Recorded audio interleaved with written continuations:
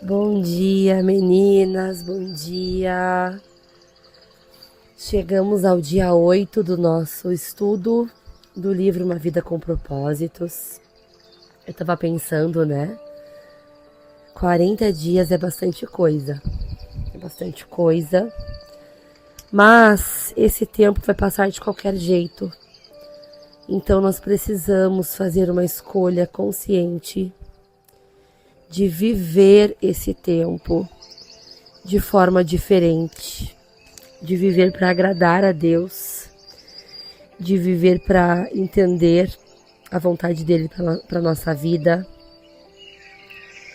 E isso vai ser maravilhoso.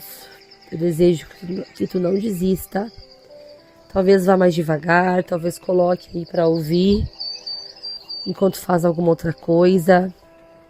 Mas segue aqui porque a gente não vai se arrepender de viver esse tempo com Deus e uma com as outras. Ao longo dos próximos capítulos, nós vamos estudar alguns propósitos de Deus para a nossa vida. E o primeiro propósito, que é o propósito dos próximos 7 dias, diz que você foi planejada para agradar a Deus. O Senhor vai plantar esse povo. Eles serão fortes e belos como carvalhos e darão glória a Ele. Isaías 61, 3, na segunda parte. Vamos ver o que tem o dia 8 então para nós?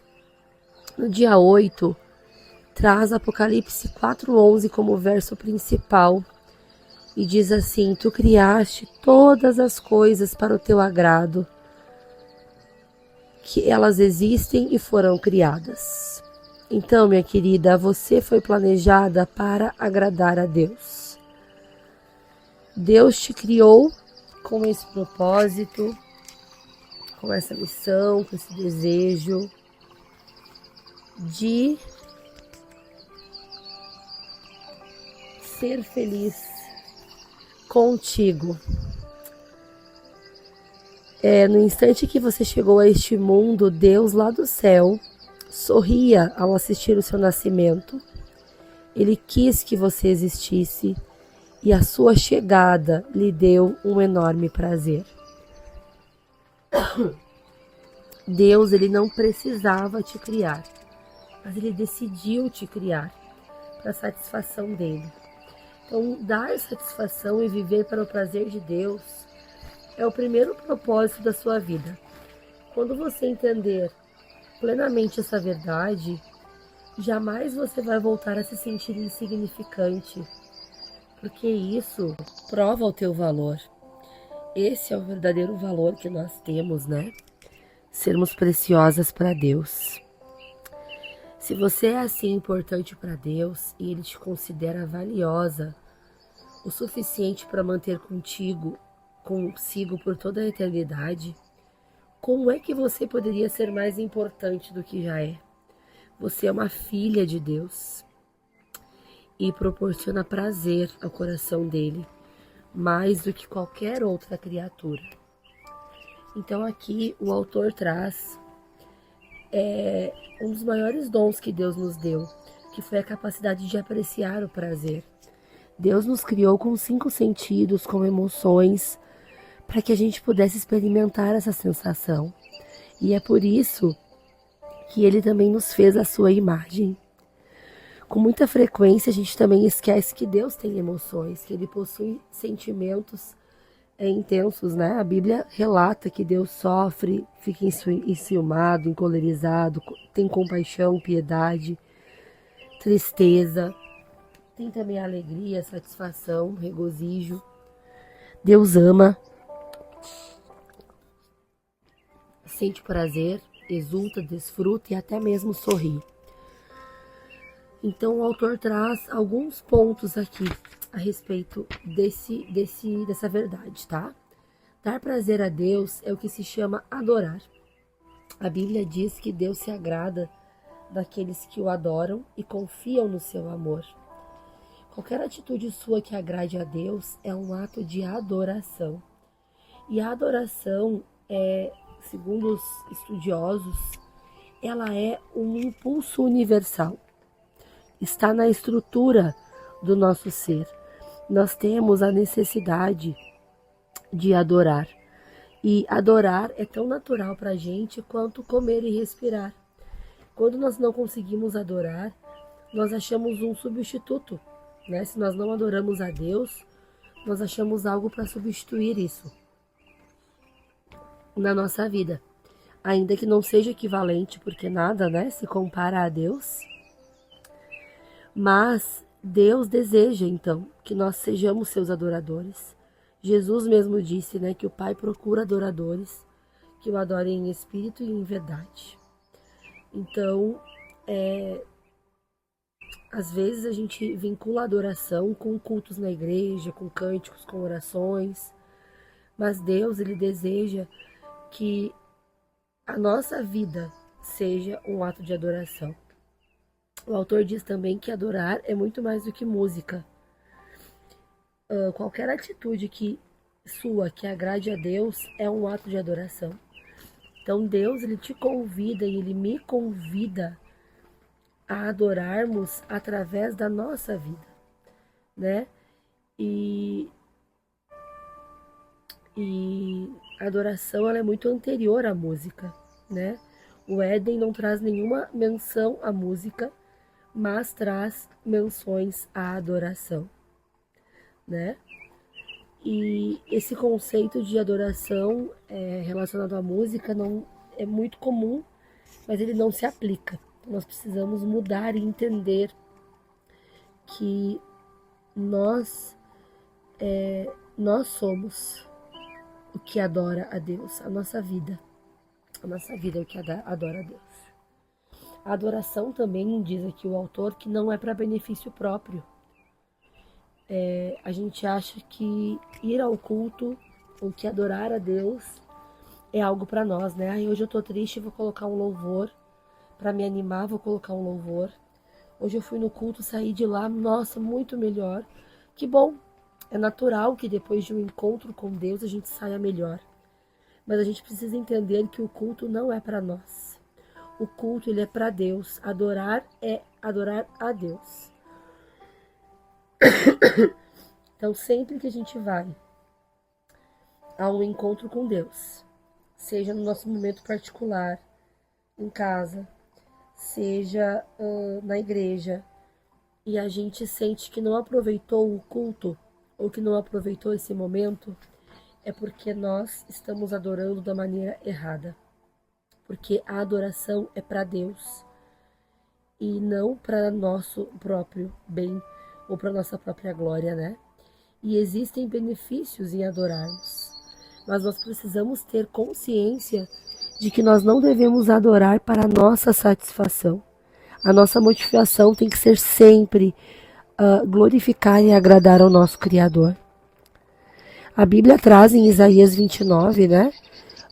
O povo oferecendo a Deus orações repetitivas, louvor falso, palavras vazias, rituais sem significado, e queriam que isso fosse levado em consideração. Mas Deus, ele condena a adoração deles, dizendo, né, esse povo se aproxima de mim com a boca, me honra com os lábios, mas o seu coração está longe de mim. A adoração que eles me prestam é feita só de regras ensinadas por homens. Então, isso mostra pra gente que a adoração é para honra e glória de Deus, e que a adoração é relacionamento com Ele. Um outro ponto importantíssimo que o autor traz, a gente está quase finalizando esse capítulo, que é bem curtinho, é que a adoração não é uma parte da sua vida, ela é a sua vida. Já falei isso, né? Já dei esse spoiler anteriormente. A adoração a Deus, ela não se limita aos cultos na igreja, porque nós devemos estar sempre na presença de Deus. Cantem glórias e louvem ao Senhor desde o nascer até o pôr do sol, diz em Salmo 113, no verso 3. Na Bíblia, as pessoas louvavam a Deus em todo o tempo. No trabalho, em casa, na batalha, na prisão, na cama.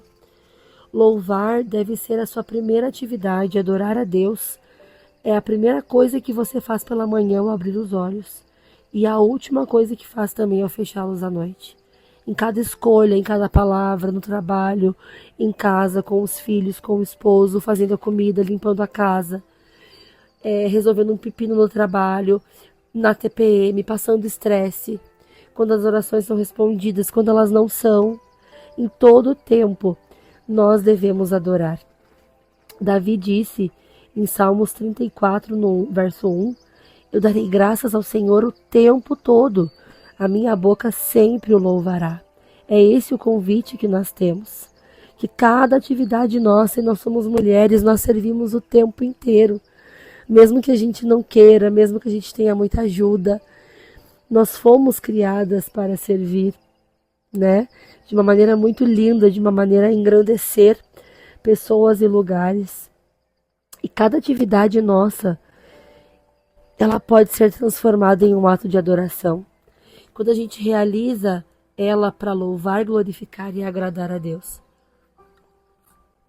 A Bíblia já traz esse conceito em 1 Coríntios 10, 31. Assim, quer vocês comam, bebam ou façam qualquer outra coisa, façam tudo para a glória de Deus. Então, qualquer coisa que a gente pode fazer. Lutero disse, né? Um ordenhador pode tirar o leite das vacas para a glória de Deus. Como que é possível, então, a gente fazer tudo para a glória de Deus? É a gente fazer tudo como se estivesse fazendo para Jesus, em primeiro lugar.